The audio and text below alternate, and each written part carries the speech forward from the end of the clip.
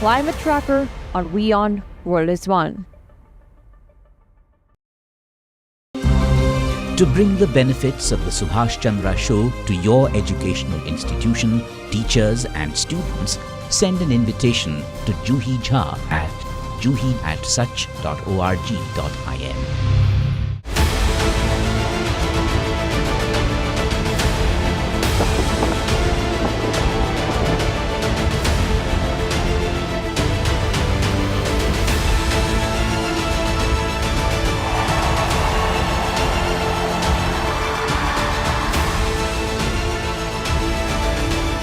We need to protect the border. We need to reduce inflation. The election is free and fair, and that Kamala Harris wins. Climate change, and I think affordable housing for all is important to me.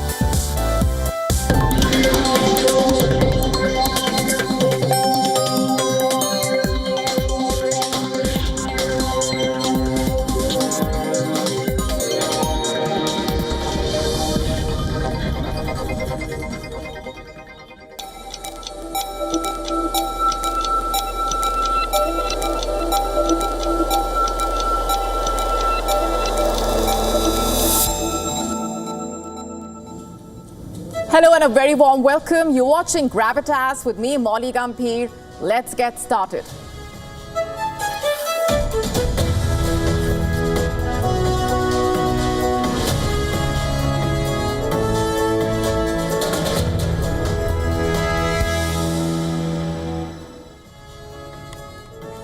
Our top story tonight on Gravitas comes from Bangladesh. The Hindus there continue to live in an atmosphere of fear, thanks to the attacks and the harassment against the community in the country.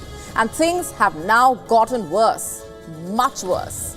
We tell you all about this in just a bit. And here's a look at what else is lined up for you on the show tonight. Is Donald Trump wooing Indian Americans ahead of the US election by condemning the anti-Hindu violence in Bangladesh? What's going on? We get you live updates from our correspondent. As Israel-Iran tensions peak, is Iran preparing a retaliatory attack from Iraq? We get you live updates from our correspondent in Tehran. All this and much more coming up.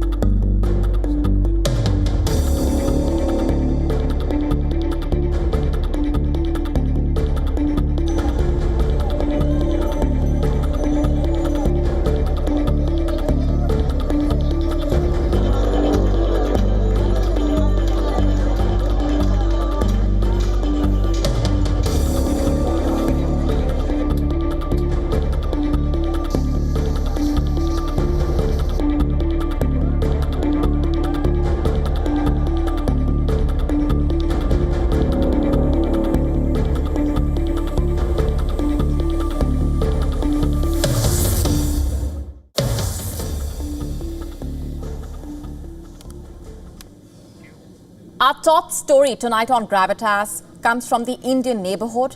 At this point, Bangladesh seems to have become synonymous with turmoil. And its Hindu community is facing some of the darkest days ever. Reports of attacks against Hindus and harassment are emerging from the country almost on a daily basis.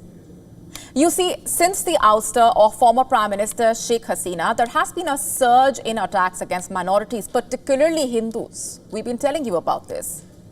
Yesterday, that's October 31, while Hindus worldwide celebrated Diwali, the festival of lights, by lighting diyas, protesters in Bangladesh lit torches and carried out a march. Their sole demand?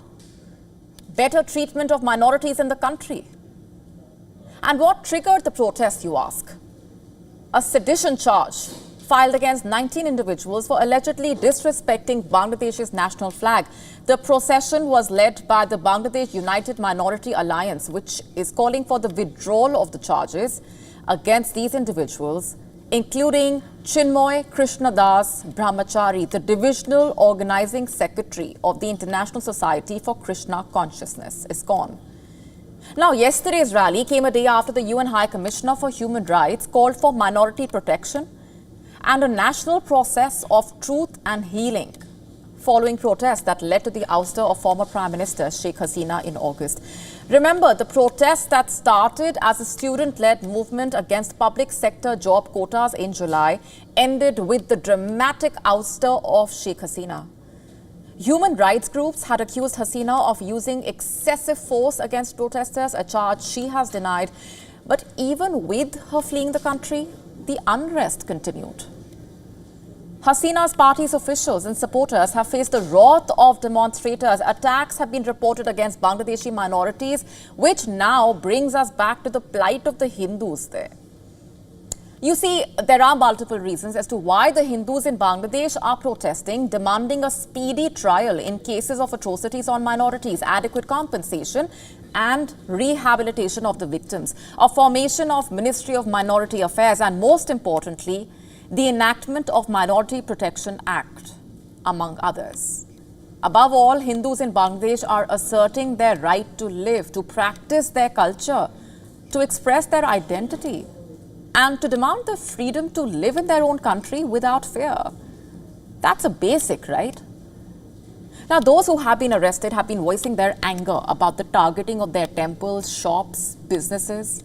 These individuals are now accused of rejecting the integrity of the state, undermining the country's sovereignty and creating unrest, destabilizing the state by displaying a religious flag among the national flag. There have been hundreds, if not more, targeted attacks on minorities, especially Hindus in the country. According to Bangladesh's 2022 census data, Hindus account for just over 13.1 million, which is 7.95% of the country's population. This represents a significant part of the population feeling unsafe in their own country. And even Indian Prime Minister Narendra Modi has urged Muhammad Yunus to ensure the safety of Hindus in Bangladesh. Yunus himself has tried to reassure Bangladesh's Hindu community. He visited Dhaka's historic Dhakeshwari temple to do the same. But the law and order situation in Bangladesh is far from normal, to say the least. Students are up against members of Bangladesh Ansar Bahini, a paramilitary force, to demand minority rights.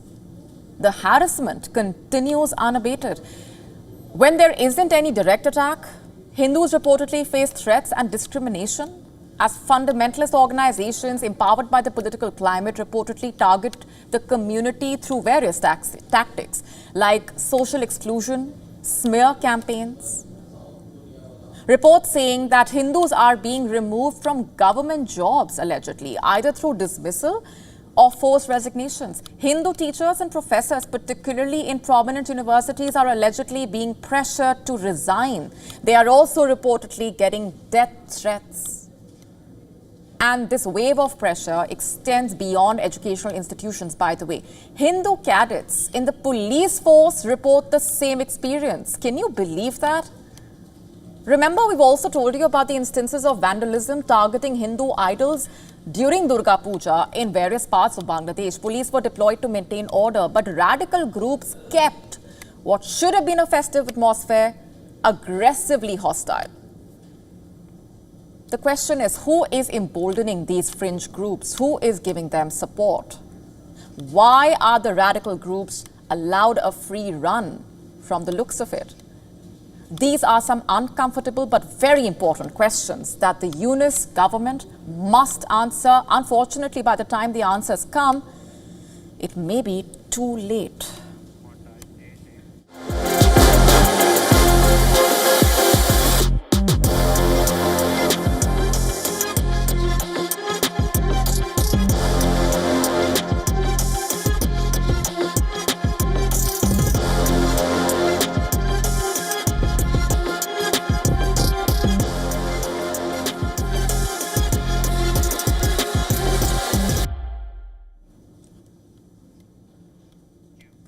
And there is more, by the way, regarding attacks on the Hindu community in Bangladesh. This story does not come from Bangladesh. It comes from the United States of America. Former US President and Republican presidential candidate Donald Trump has spoken out strongly against the ongoing attacks on minorities in Bangladesh, specifically targeting the recent violence against Hindus. In a post on the platform X on Thursday, Trump labeled Bangladesh as a country, quote-unquote, in a total state of chaos, condemning what he called, quote-unquote, barbaric violence unleashed on Hindu, Christian and other minority communities in Bangladesh. So was Donald Trump just condemning what the minorities, specifically the Hindu community, are going through in the country, or is there more to this? Yes, there is more, a lot more in fact. First, look at the timing of this post. You see, the message from Trump came on Diwali, the festival of lights, celebrated by Hindus worldwide. So Trump, in a way, could also be reaching out to the community just days ahead of the US election. In fact, as per reports, Trump's statements seemed crafted to resonate with a demographic that has historically leaned towards the Democrats. With 5.2 million Indian Americans eligible to vote in the upcoming US elections and the community's growing influence, the Republicans see an opportunity, a major one. You see, Trump's message did not just stop at condemning the violence. In his post, Trump said that the Biden administration, led by US President Joe Biden and Vice President Kamala Harris, has, quote-unquote, ignored the Hindu community across the US and the world, adding that under his leadership, this situation, the targeting of minorities in Bangladesh, would not have happened. You see, Trump's post is multi-layered. He's not only condemning the attacks in Bangladesh, he also seems to be depicting a narrative that the Biden administration is not doing enough to protect the community. In his post, Trump also said he will, quote-unquote, protect Hindu Americans against the anti-religion agenda of the radical left, adding that he will look to strengthen US-India relations and his friendship with Indian Prime Minister Narendra Modi. Now, let's just pause here for a moment and look at this from a broader perspective. We are just days away from the US election. As per reports, the Indian American community is divided regarding the two candidates. And reportedly, each candidate is working towards capturing this rapidly growing voter base. Why is that? Well, because Indian Americans, despite making up only about 1.2% of the US population, have reportedly had a major impact in several swing states in the past. Votes that could make or break a candidate's chances of becoming a US president. As per reports, historically, Indian Americans have supported the Democratic Party, but recent trends suggesting that this loyalty may be shifting, at least somewhat. According to a survey conducted by private non-profit organization Carnegie Group in partnership with research and analytics firm YouGov, although the Democratic Party still holds a lead, Trump is seeing a marginal increase in support from the Indian Americans demographic. As per this survey, for Harris, 6 in 10 Indian Americans are likely to vote Democratic, while Trump can count on around 1 in 3. A number that, while modest, perhaps signals progress for a group that is traditionally favored Democrats. The survey also, in fact, reveals gender differences within the Indian American voting bloc. 67% of the Indian American women reportedly favor Harris, while only 53% of men support her. Very interesting. Conversely, Trump sees stronger support among Indian American men, with nearly 39% backing him. With such numbers, does the Democratic Party have reasons to worry? Yes. You see, there has been a shift according to the survey. In the year 2020, 56% of the Indian Americans identified as Democrats. Today, the figure is down to 47%. Meanwhile, the proportion of Republicans has held steady and the share of independents is growing. So what does this really mean? This shift might suggest that Indian Americans, while still largely supportive of Democrats, are increasingly open to alternative voices. And with Trump appealing directly to Hindu Americans, positioning himself as a champion of religious freedom in a way, can he capitalize on this opportunity is the question. Interestingly, being of Indian descent does not guarantee votes from the Indian American community. According to the survey, Indian American Republicans like Nikki Haley, Vivek Ramaswamy, do not have high favorability ratings within this community, illustrating that Indian heritage alone does not secure the Indian American vote, which could be a cause of concern for Kamala Harris, who, as you remember, is of Indian descent. So again, the question is Trump's message just about Bangladesh or what's happening there? Or perhaps a larger strategic ploy aimed at reshaping how Indian Americans actually view the Republican Party, a community that represents the second largest immigrant group in the United States. Even though the Biden-Harris campaign may still enjoy majority support, could Trump's targeted outreach on issues that actually matter to Indian Americans make inroads? Because if the Republicans can even capture a small percentage of the traditionally Democratic voters, it could reshape future elections and perhaps tip the balance in this one. In a race this close, every vote matters, and if Trump's appeal resonates with enough Indian Americans to make a difference actually, it could very well be the game changer he may be hoping for.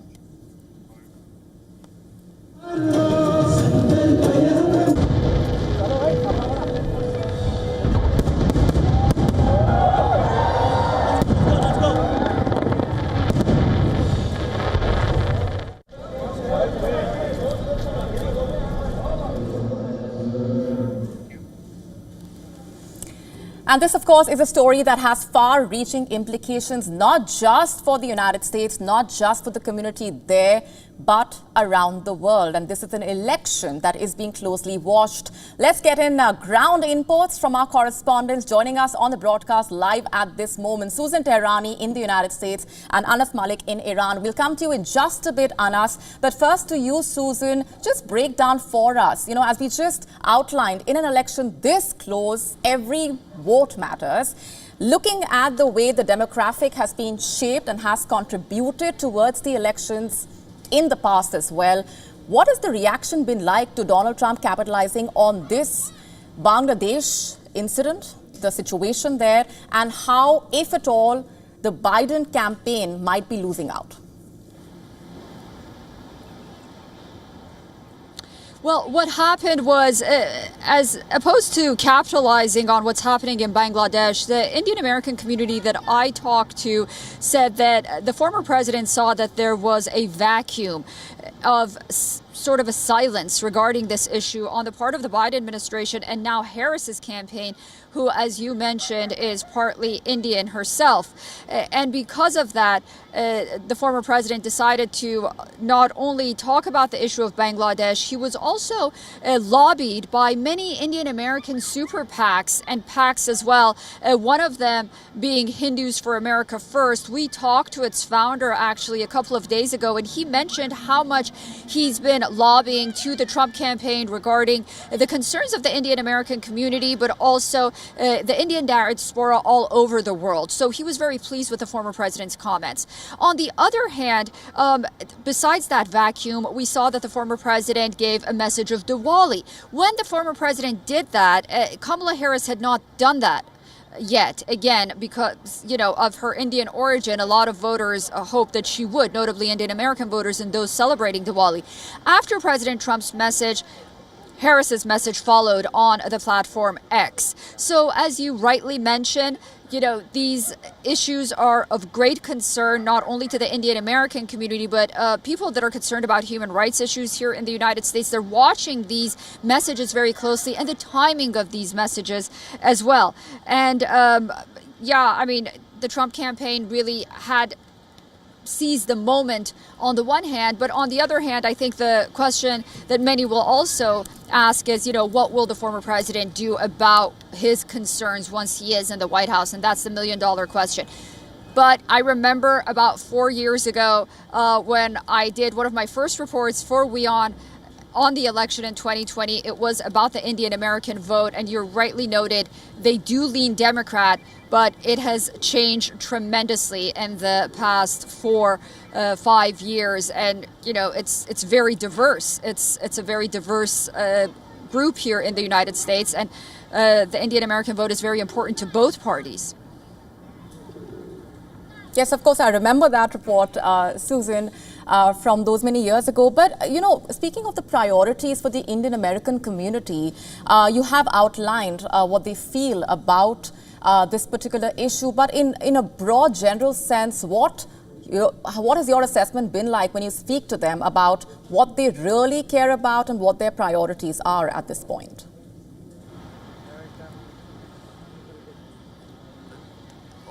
What I gather, just like all Americans, the economy is first and foremost very important to them. There is something called the 401k here. It's one part of the retirement plan that's of great concern to the Indian American community, that, the numbers might get a lot less if Kamala Harris is elected. And the reason for that is because the Indian American diaspora really has a footing here in the United States. And while there are a lot of younger Indians traveling to the United States, studying here and starting families, the older generation that's been here really rely on those 401ks for retirement, and they've worked very hard, long lives. So the economy is first and foremost very important, but the issue of inclusion is also very important. But then you talk to many of the younger generation of Indian Americans, and not everyone has the same view, and for them Kamala Harris sort of embodies not only having an Indian background, but also embodies a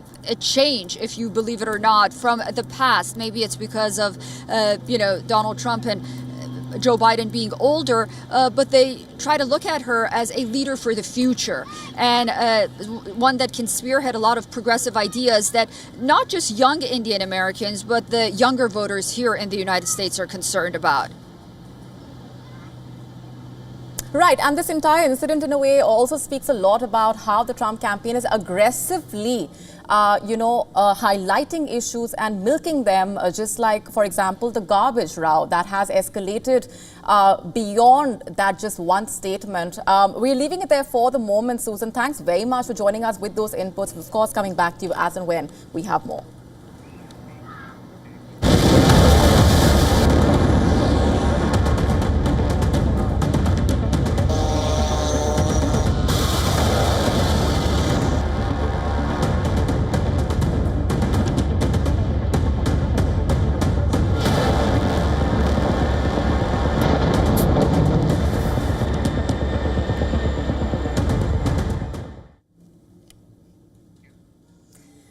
According to Israeli intelligence, Iran may be gearing up for a major attack on Israel, potentially launching it from Iraq within the next few days.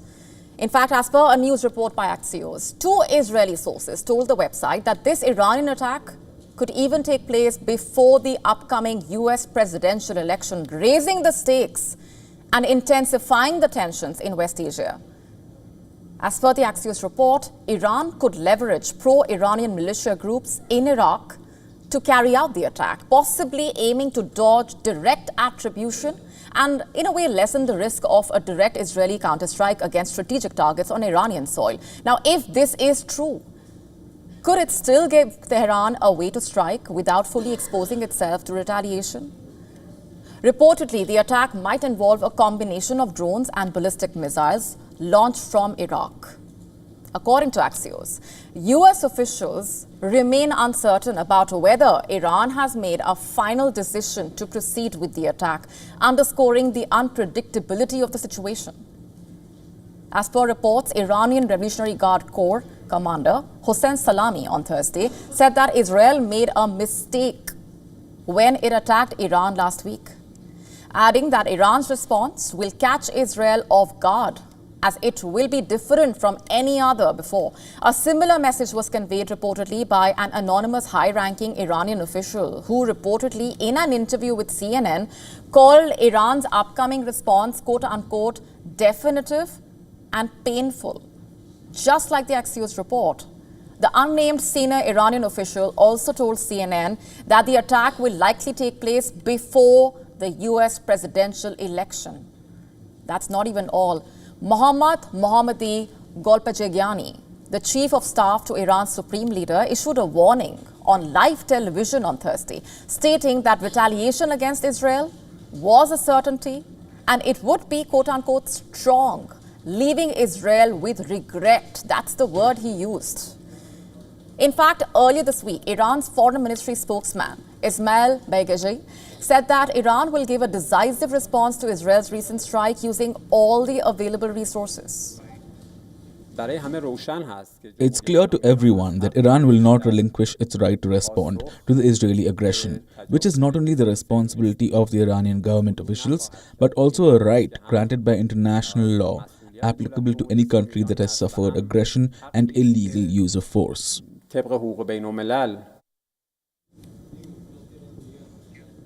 Now, the thing is, this comes just a week after Israel launched multiple airstrikes targeting Iran's military infrastructure and air defense systems. Notably, Israel did not strike any of Iran's nuclear facilities or oil assets. Iran claimed that Israeli airstrikes only caused minimal damage, but vowed revenge.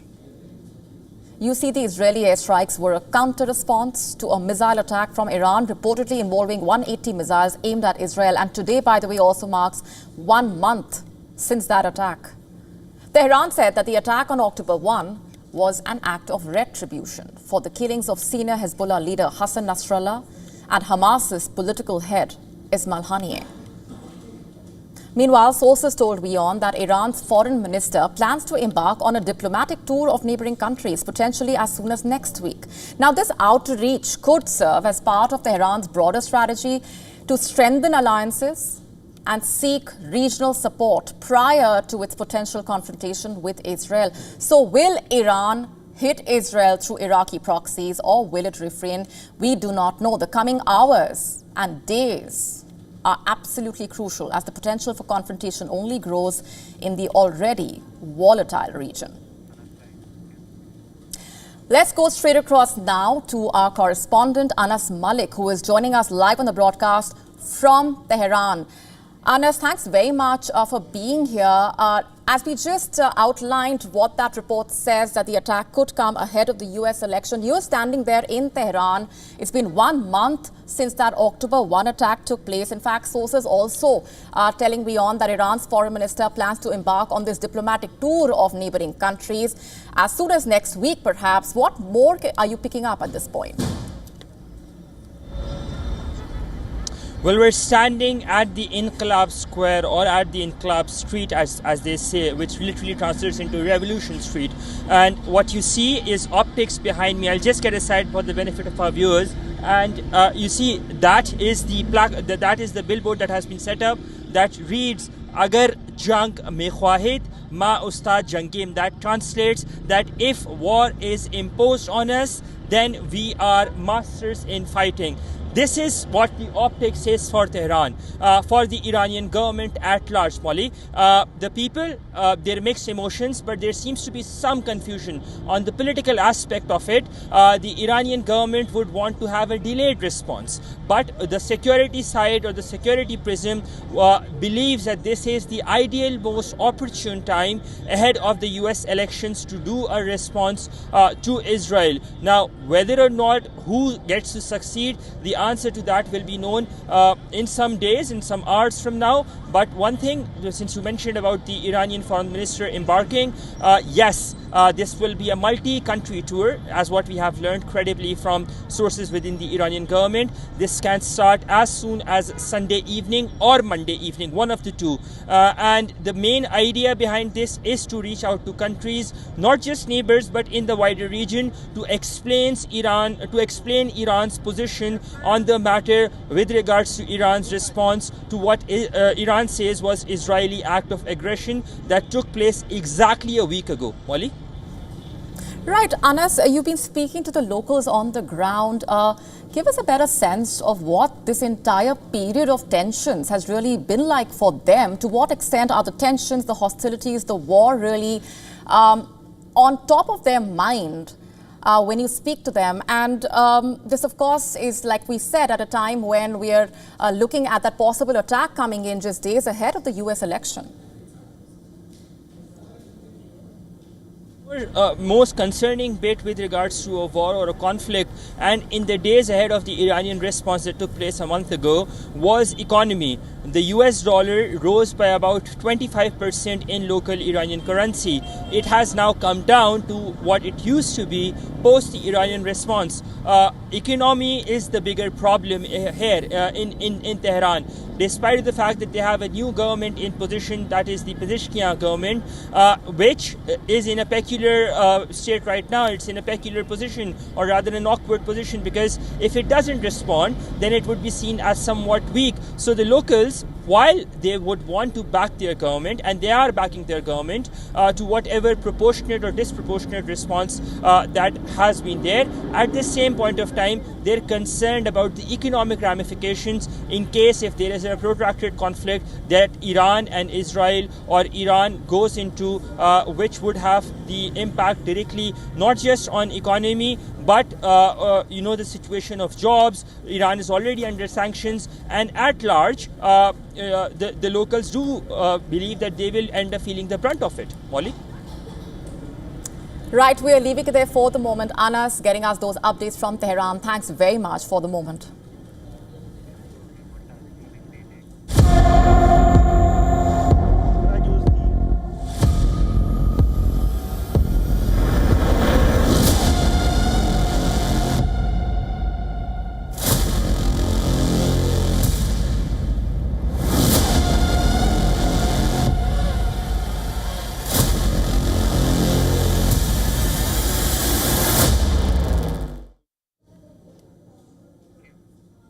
The future of warfare is here, and it's robotic.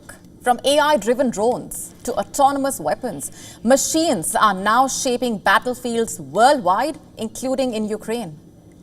AI weapons are rewriting modern combat. Let me break this down for you. Ukraine is rolling out dozens of AI-powered systems for its drones. These systems help the drones find and hit targets on the battlefield without a pilot. These AI systems basically allow low-cost drones carrying explosives to locate and fly to their targets, even in areas where signals are jammed. Remember, jamming makes it harder for manually piloted drones to function effectively. Therefore, the move towards using AI, especially for targeting and flight control, is an important new aspect of the technology battle that started when Russia first sent troops to Ukraine in February 2022.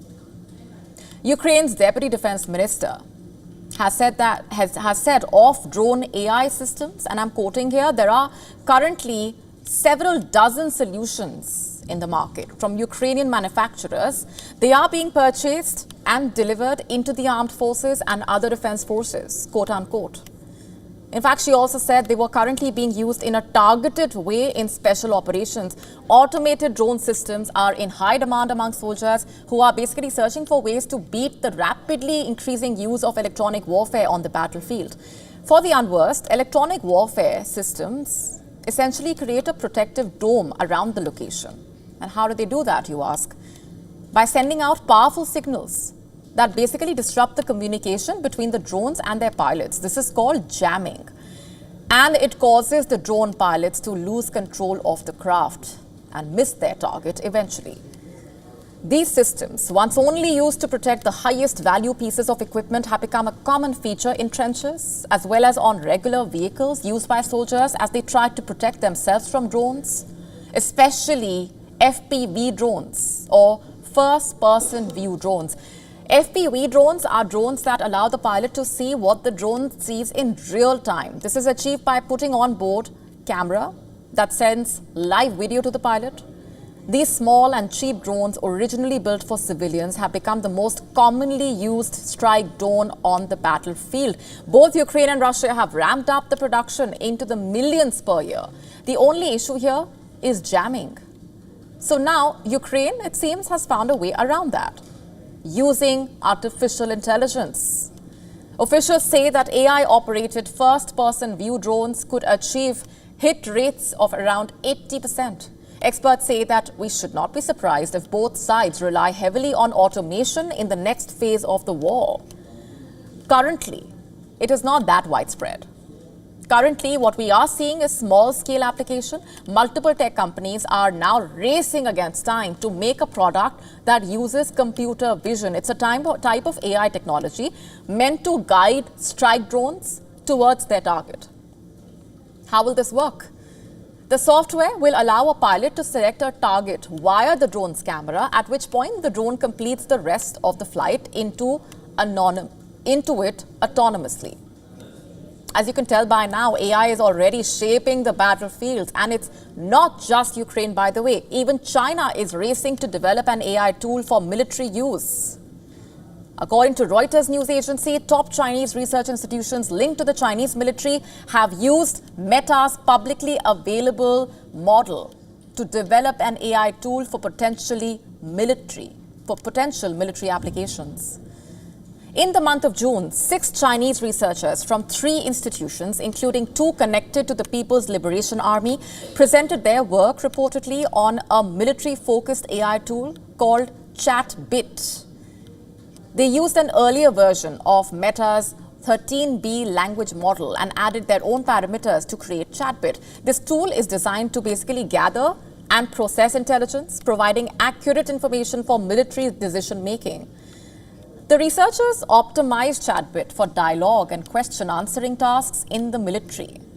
They found that ChatBit outperformed some other AI models, which were about 90% as capable as OpenAI's ChatGPT-4. However, they did not explain how they measured performance or whether the AI model is currently in use. Now, experts who study China's use of new technologies say that this research shows, for the first time, that PLA experts are systematically exploring open source language models, especially those from Meta, for military applications. Meta has openly released many of its AI models. But just because they are public does not mean there are no restrictions on their use. In fact, services with more than 700 million users must obtain a license from the company. Its terms also prohibit use of the models for military, warfare, nuclear industries or applications espionage and other activities subject to US defense export controls. It also prohibits its use for the development of weapons intended to incite and promote violence. However, because Meta's models are public, the company has limited ways of enforcing those provisions. In a statement to Reuters, a Meta spokesperson said, and I'm quoting, "In the global competition on AI, the alleged role of a single and outdated version of an American open source model is irrelevant when we know China is already investing more than $1 trillion to surpass the US on AI. China's defense ministry has so far not commented on the developments. Neither have any of the institutions or researchers of ChatBit. In fact, some observers say China's strides in developing indigenous AI, including setting up scores of research labs, have already made it difficult to keep the country from narrowing the tech gap with the United States. Ultimately, the takeaway is that a global arms race is underway, one that involves the use of AI in warfare, one that will see the rise of war machines or robots that can make decisions on the battlefield. It raises serious questions. Not only moral, ethical, legal questions, but also questions that We may not even know how to ask yet, as we don't know what the future really holds, what lies ahead. One thing, though, is clear. As machines begin to make life or death decisions, the question remains, are we ready to face the consequences? Shifting focus for now, residents in India's Delhi and neighboring Noida and Gurugram woke up to a blanket of toxic smoke the morning after the festival of Diwali, as the ban on firecrackers was not adhered to on Thursday night in many parts. Resultantly, the region witnessed severe noise pollution and reduced visibility. Our next report telling you more.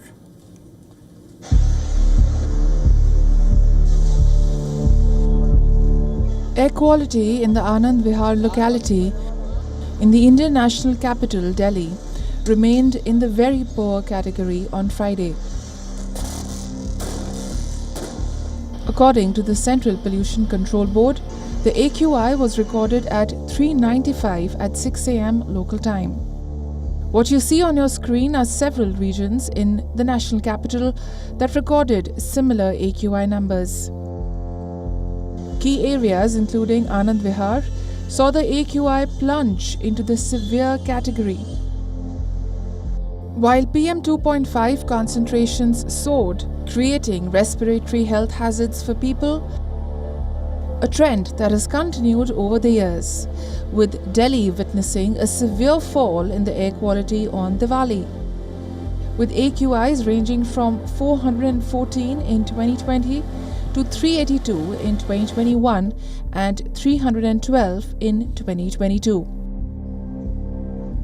This year's celebrations brought back the city to its notorious pollution levels that has been worsened by unfavorable meteorological conditions, including stubble burning and vehicular emissions. Although the city government had set up 377 enforcement teams and spread awareness through local associations to ensure compliance with the firecracker ban. Neighborhoods across East and West Delhi reported large-scale flouting of the restrictions. And if this isn't enough, here are the visuals of toxic foam that is seen floating on the Yamuna River in Kalindi Kunj. As the pollution level in the river continues to remain high, Delhi's air quality declines every year as winter approaches. But is the festive season and the burning of firecrackers alone to blame? So crackers is not the reason for pollution in Delhi, except for 3 or 4 days when it goes up, and that is correct data. Do you agree? Because after Diwali, the pollution is not going to come down. Now see, the point I'm trying to make is, you can allow green crackers to burst, which cause less pollution. Green crackers are very pollution friendly. You must allow people to celebrate, burst green crackers, not put a ban and oppress them, by which they will do it with vengeance and break the law. Although the spike in air pollution levels around Diwali makes headlines, the air pollution problem in the national capital is chronic. It is worsening annually, fueled by vehicular emissions to dust arising out due to construction work and stubble burning in the neighboring states.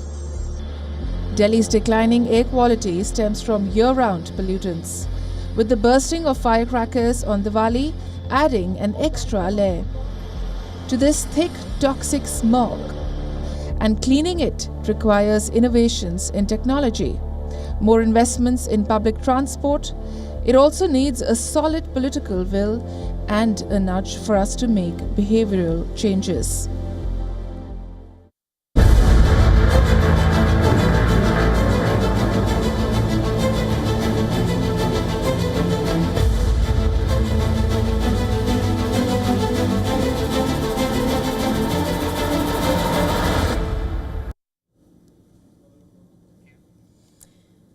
And our next story is about Russia and Google and a fine unlike any in history. Russia has issued a fine against Google. It is seeking from Google an unfathomable sum of money. It's asking for $20 decillion. Let me just say that again, $20 decillion. You know how many zeros that has? Don't worry, I've got you covered. That's 2 followed by 34 zeros. That's around 20 billion trillion dollars. That sum, by the way, is larger than the world's economy many times over. Now, why is Russia seeking the penalty from one of the world's biggest tech companies? For allegedly blocking pro-Russian channels on YouTube. A Russian court, in fact, has fined Google for quote-unquote removing channels on the YouTube platform, according to the Russian state-run outlet.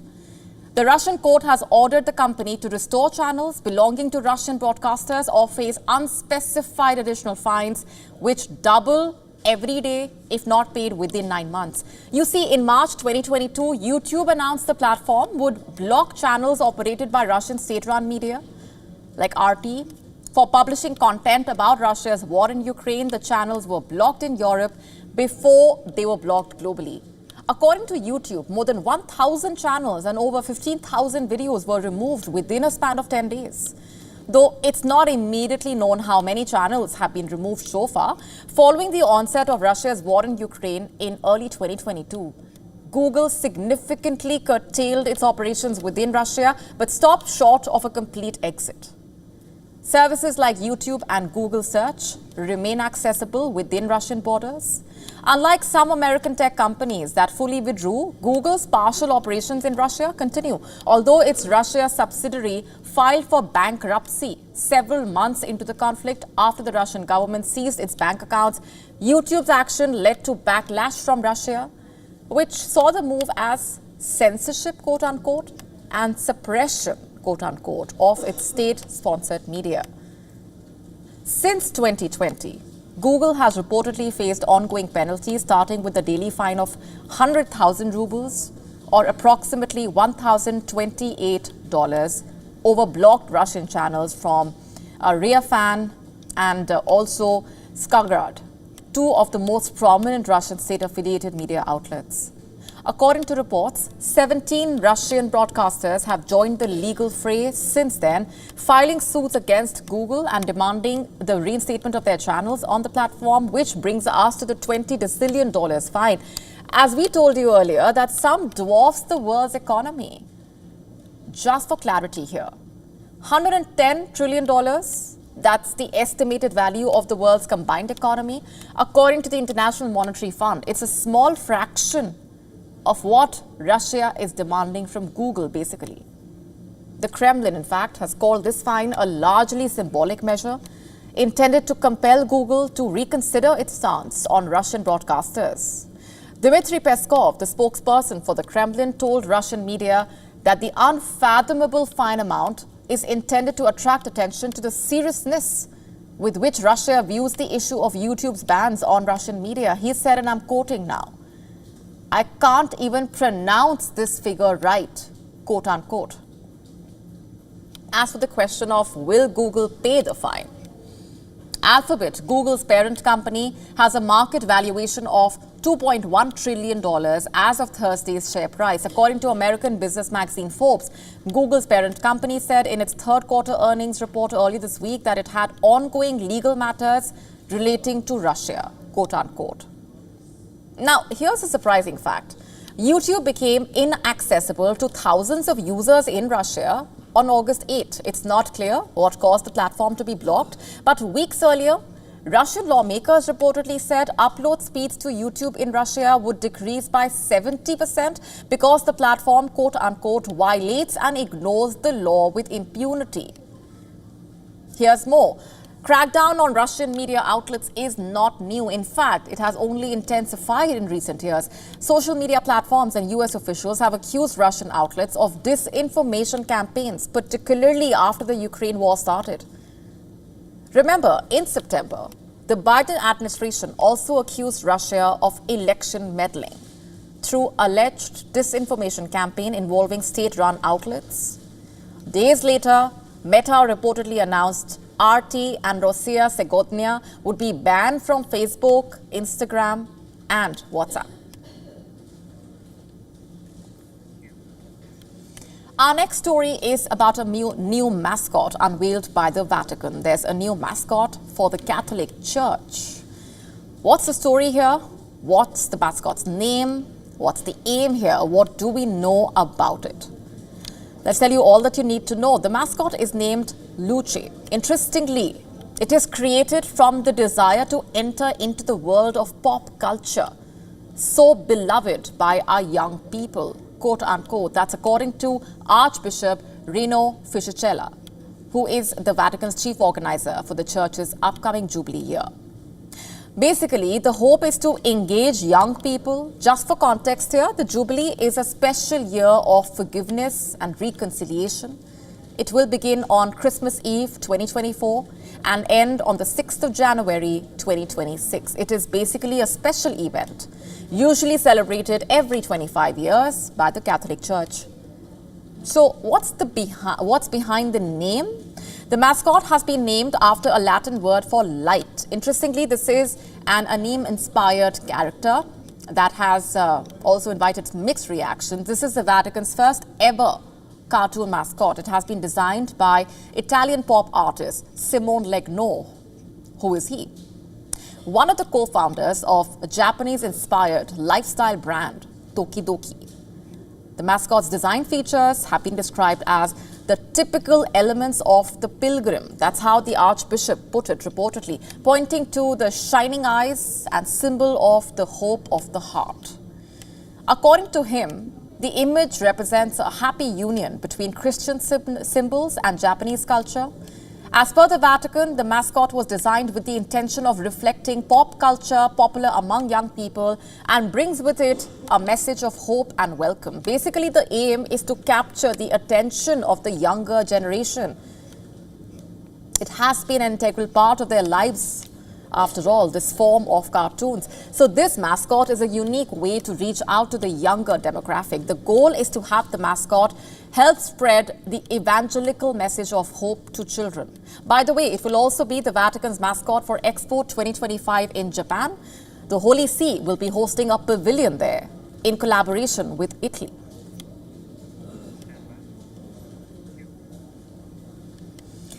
Let me now ask you this. Did you ever think of the word brat as a compliment if it was ever thrown at you? Well, you may or may not, but that term is definitely going places. You see, calling someone a brat is usually understood as meaning that they are spoiled or maybe a bit of pain. Now, thanks to British singer Charli XCX and her hit album Brat, brat has a whole new definition.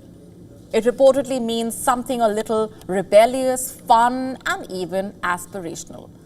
Think confident, independent, and living it up without apologies. In fact, as per reports, the Collins Dictionary just named brat as its word of the year, giving it a whole new definition, a word which has become somewhat of a badge of carefree confidence. Even US Vice President Kamala Harris's team jumped on the trend, using brat with pride in her campaign, decked out in the signature lime green shade that has become part of this brat vibe.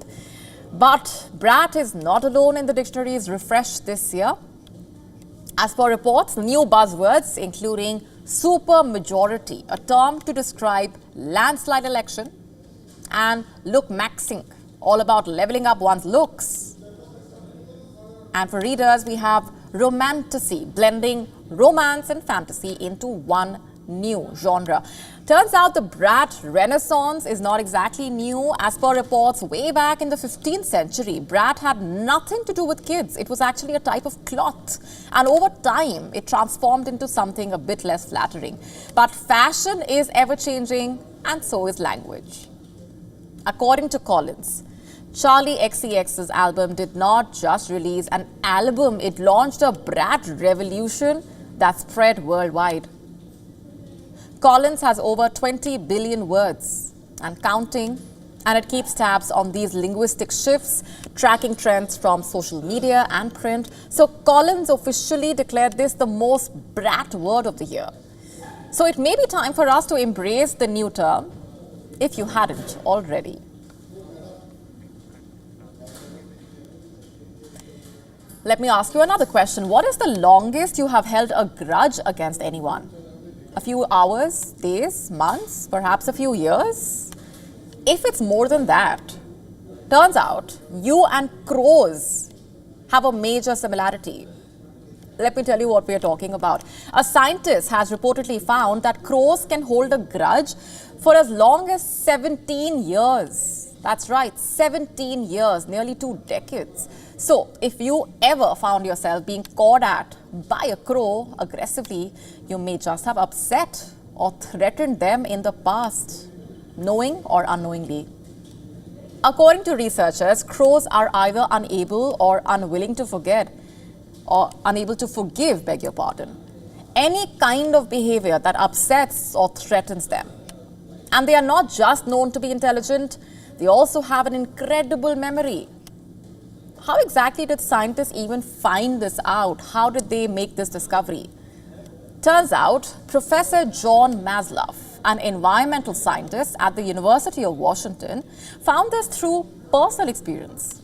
As per reports, in 2006, the professor put on an ogre mask and caught 7 crows inside a net, later setting them free. But the crows, it seems, did not forget this. Over the following years, whenever Maslow or his assistants would wear an ogre mask and walk around the campus in Washington, the crows would reportedly aggressively caw in their direction. And one occasion, reportedly, had 47 out of 53 crows cawing at him, indicating that crows recognize humans that have upset them in the past and that they pass the anger down the generations. Can you believe that? Reportedly, the cawing from the crows peaked in 2013, that's nearly 7 years later, and completely stopped in September 2023, 17 years since the experiment started. Maslow is reportedly working on publishing his study. So, next time you intentionally or inadvertently upset a crow, just remember, they remember you. And on that note, it's a wrap on this edition of Gravitas tonight. This is me, Molly Kampir, signing off. Thanks very much for watching. Have a good weekend.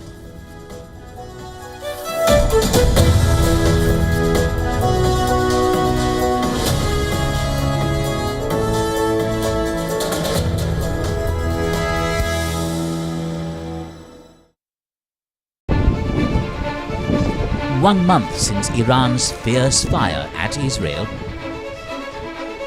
there's a rising buzz of fresh retaliatory strikes. Well, I'm standing at the Palestine Square here in Tehran. WION is in the Iranian capital, gauging the groundswell, tracking every development. Iran-Israel saber-rattling peaks, as each looks to firm up allies. An eye also on election-bound America and the shades of its West Asia policy ahead. WION tracks all dimensions of a complex, multi-layered picture. For WION, World is One.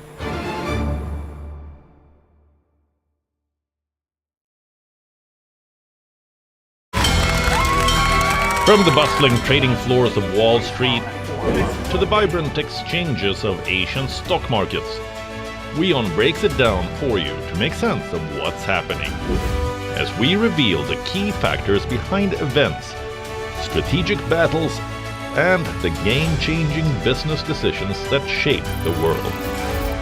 We bring you all of this and more on World Business Watch. This week on Inside South Asia, lights, feasting and festivities. All the fervor around Diwali, celebrating the victory of good over evil. But there can be no ignoring the alarming air pollution levels in festival season. Is the seasonal wave of toxic haze over North India a problem with no solution? And a look at Pakistan's terror-disrupted polio drive that's an effort to protect 45 million children. All this and much more on Inside South Asia.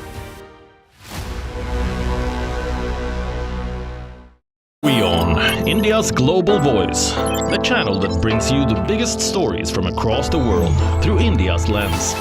Now available in more than 190 countries worldwide, because we believe that the world is one. Watch us in Africa, Europe, USA and Canada.